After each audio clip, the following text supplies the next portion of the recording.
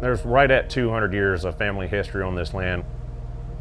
I can't be the one that stops it now. Family land has got to stay family land, so I was born into it. I don't have really any choice in the matter. I've got to make it work to pass it on, to remember and help keep that history alive.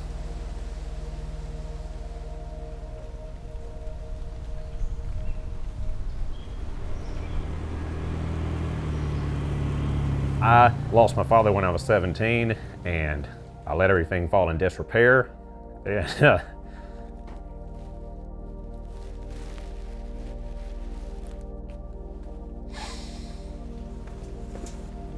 I'm making up for lost time now and trying to right the wrong that basically I created.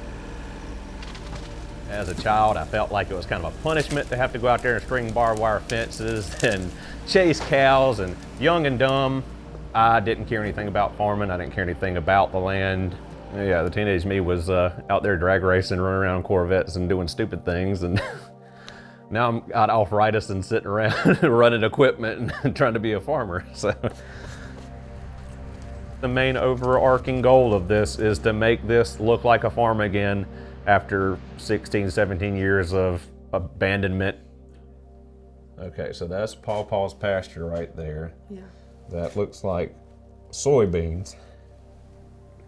Well, it's all of this. It's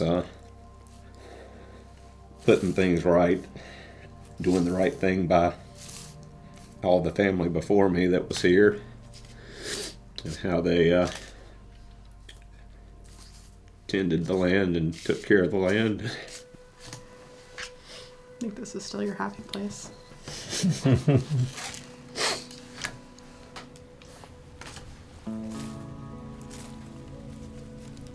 This one didn't have a fireplace. It would have been a really cold place to be in the wintertime. Yeah, I really hate this one's gotten as bad as it is. I don't know if I really would be able to save it. There's so much where it's like on the ground now. There was only so much I could do with chainsaw and a tractor for this kind of stuff. I mean, now they got the E42. I mean, I could come in here and flatten this all out in the afternoon and clear it up perfect, stumps and all, grade it back out and make it look nice again. And it was very limiting what I could do without the equipment.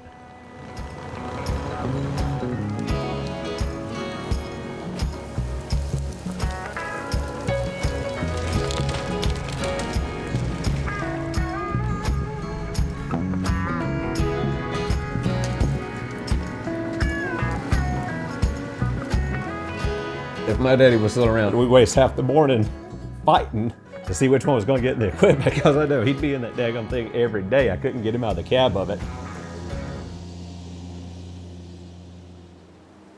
That's another thing, you know, that just marks how long we've been here and how long we've been on the land, is the fact that, you know, you can go up to a fence and see barbed wire halfway through a tree that you know has been there for almost 100 years.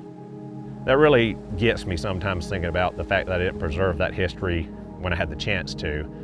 You know, it still hurts to not be able to hold on that stuff forever, but that's the thing with time and the passage of time. Certain things go, nothing lasts forever, but at least the memories I still have.